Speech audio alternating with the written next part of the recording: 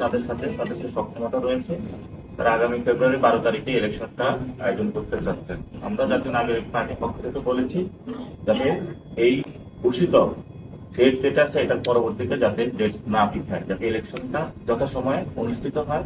কারণ আওয়ামী লীগ বিভিন্ন ওয়েতে এবং ভারত বাংলাদেশে ডিস্টেবিলাইজ করে ইলেকশনটাকে পিছানোর চেষ্টা করছে। সেই ক্ষেত্রে যাতে ইলেকশন না পিছায়, যথাসময় ইলেকশন হয় সে বিষয়ে আমরা আজকে ইলেকশন কমিশনের কাছে জানতে চেয়েছি, তারা সেগুলো ব্যাখ্যা দিয়েছে।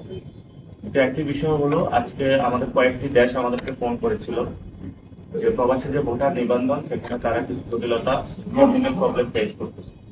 সেই বিষয়গুলো নিয়ে আমরা বলেছি 5 থেকে 6 দিন যদি আপনারা এটা বৃদ্ধি করতে পারেন, তাহলে আমাদের যে প্রবাসী ভাইরা এখন নিবন্ধন করেছেন আমরা এটার আরো ডাবল মেরিটে ওনাদেরকে নিবন্ধন করতে সক্ষম হব। ওনারা এটা আশ্বাস দিয়েছেন, ওনারা এটা বাড়ানোর চিন্তা ভাবনা করছেন। এই বিষয়গুলো নিয়ে আমাদের আলোচনা হয়েছে। আর গণভোট নিয়ে আমরা এই পর্যন্ত নির্বাচন কমিশন থেকে কোনো জায়গা দেখি নেই। ওনারা বলেছেন এটা নিয়ে তথ্য মন্ত্রণালয় এবং অন্যান্য যে সংশ্লিষ্ট মন্ত্রণালয় আছে তারা কাজ করছেন। বাট এই পর্যন্ত তারা 10টি ট্রাকের মধ্যে ভোটের গাড়ির একটি উদ্বোধন করেছেন। জনগণ আমরা যখন ক্যাম্পেইনে গিয়েছি তাদের সাথে কথা বলেছি, গণভোট নিয়ে তাদের এই পর্যন্ত নির্বাচন কমিশন থেকে তারা কোনো জনসচেতনতামূলক কাজ পায়নি। তবে আমরা তাদেরকে বলেছি এই নির্বাচনে যেমন জাতীয় সংসদ নির্বাচন, পার্লামেন্টারি ইলেকশন গুরুত্বপূর্ণ, সাথে সাথে সংস্কারের এই গণভোটে হাত দিয়ে আনা এটাও গুরুত্বপূর্ণ, যাতে বাংলাদেশ একটি সাস্টেইনেবল জায়গায় যেতে পারে। আমরা ইতিমধ্যে দেখতে পেয়েছি একটি দলের পক্ষ থেকে না ক্যাম্পেইনের কর্মসূচি চালু হয়েছে। আমরা তাদেরকে বলেছি যে আপনারা একটু খোঁজ নিবেন, যাতে বাংলাদেশ যাতে কোনো ভাবেই পিছিয়ে যাওয়ার চেষ্টা যারা করছে তারা সে সুযোগটা না পায়।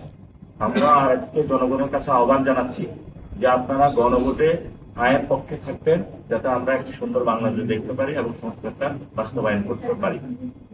আপনাদের কোনো প্রশ্ন থাকলে আমরা সেই প্রশ্নগুলো উত্তর দিয়ে মতন দিতে পারি।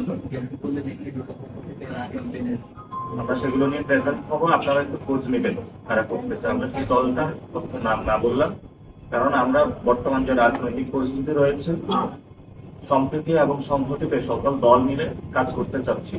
আমরা যদি একটি দলের সেই নামটা বলি তারা হয়তো বিরোধ অথবা নিজেদের জায়গায় এটা গায়ে নিয়ে তারাও আমাদের উপরে আক্রমণাত্মক বক্তব্য করবেন। সেজন্য আমরা আপনাদেরকেও রিকোয়েস্ট করবো আপনারা একটু করবেন তারা এটা করতেছে।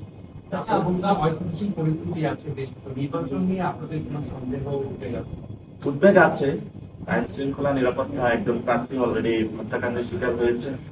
আমাদের যারা প্রার্থী রয়েছেন আমরাও তাদেরকে বলেছি যে আপনারা নির্বাচন কমিশনের যে বিধিমালা গুলো রয়েছে সেগুলো মেনে চলবেন, এবং সাথে সাথে নির্বাচন কমিশনকেও বলেছি যে সকল দলের প্রার্থীদের ক্ষেত্রে যাতে নিরাপত্তা নিশ্চিত করা হয়। আপনারা দেখেছেন এই যে নির্বাচন কমিশনের চারিদিকে কর্ডন তৈরি করা হয়েছে ক্যান্টনমেন্টের মতন, কিন্তু যারা প্রার্থী রয়েছে অন্যান্য জায়গায় যে রাজনৈতিক অফিসগুলো রয়েছে সেখানে পর্যাপ্ত নিরাপত্তা নাই। আমরা বলেছি আপনারা যদি নিরাপত্তা না দিতে পারেন তাহলে আমরা ইলেকশনে কিভাবে করবো।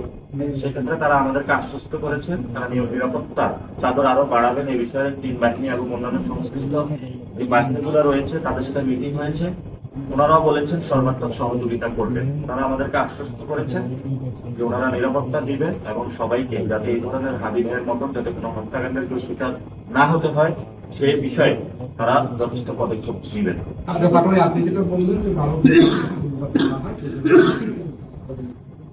আপনারা কি সংখ্যা প্রকাশ করছেন ইলেকশন হবে না এরকম সংখ্যা আছে? এই প্রথমত হলো আপনারা দেখেছেন যে হাবি যে হত্যাকাণ্ডটা সেখানে আওয়ামী লীগের অনেক সংশ্লিষ্ট যার নাম এসেছে সোহেল, এবং তারা চাচ্ছে যাতে এই ইলেকশনটা যদি পিছিয়ে দেওয়া যায় বাংলাদেশ ডিস্টেবিলাইজ হয়, তখন তারা বিশ্ববাসীকে দেখাবে যে বাংলাদেশ একটা বিশৃঙ্খল পরিস্থিতিতে রয়েছে। আমরা ওই সুযোগটা দিতে চাচ্ছি না, যাতে সঠিক টাইমে নির্বাচনটা হয়। এবং আপনি যেটা বলেছেন আমরা আমাদের সাপলাকলিতে নির্বাচন করব। আমরা আমাদের কেউ জাতীয় নাগরিক পার্টির ধার অথবা অন্য প্রতীকে ইলেকশন করবে না। আমাদের যদি কারোর সাথে আসল সমঝোতাও হয় অথবা আলোচনাও যদি হয় সেটাতে আমরা সাপলাকলিতে ইলেকশন করব। আমরা সেটা বরাবরই হলো, আগেও আমরা কষ্ট করেছি। আমরা অলরেডি একটা পলিটিক্যাল অ্যালায়েন্স করেছি গণতান্ত্রিক সংস্কার জোট, যেটাতে আমরা সংস্কারের পক্ষে এবং বাংলাদেশকে ডেমোক্রেটিক পজিশনে নেওয়ার জন্য কাজ করছি। আরেকটা হলো ইলেকটোরাল অ্যালায়েন্স। ইলেকটোরাল অ্যালায়েন্সের ক্ষেত্রে আমাদের বিভিন্ন জায়গায় কথা চলমান রয়েছে। সেখানে হলো আমাদের বর্তমান পরিস্থিতিতে রাজনৈতিকটা আমাদের মুখ্য। ভোটের ক্ষেত্রে কিন্তু বিসিবলয়তে আমাদের সপ্তাহগুলিতে আমরা নির্বাচন করবো, অনুগ্রহ প্রতীকে আমরা ইলেকশন করছি না। যার যে দলের ইচ্ছা সে যদি গিয়ে ধানে করে বা দাঁড়ি পাল্লাতে করে, এটা তার অভিরুচি, তার ইচ্ছা, সেক্ষেত্রে আমরা কিছু বলার নেই। তবে আমরা সবাই সব যে ছোট পার্টিগুলো অন্যান্য দলের প্রতি আহ্বান রাখবো যে নিজস্ব সক্রিয়তা কেউ বিকিয়ে দিবেন না। নিজস্ব সক্রিয়তা রেখে বহুদলীয় গণতন্ত্রের তত্ত্ব যদি আমরা করতে পারি, হয়তো আজকে আপনার সুযোগ আসছে না, ভবিষ্যতে সুযোগ আসবে। তো সক্রিয় সত্তাটা যাতে আমরা নষ্ট না করি। আচ্ছা, একটি প্রশ্ন করি। নির্বাচন কমিশন কিছু বিশৃঙ্খলা রয়েছে, যেমন আমরা বলেছিলাম এখানে প্রেসিডেন্টের অনেক দোষও রয়েছে, সেই বিষয়গুলো আমাদের চলমান আছে। তো নির্বাচনটা তো আয়োজন করবে নির্বাচন কমিশনে, এবং নির্বাচন কমিশনে এখানে দ্বিপাক্ষিক আলোচনা হয়েছে।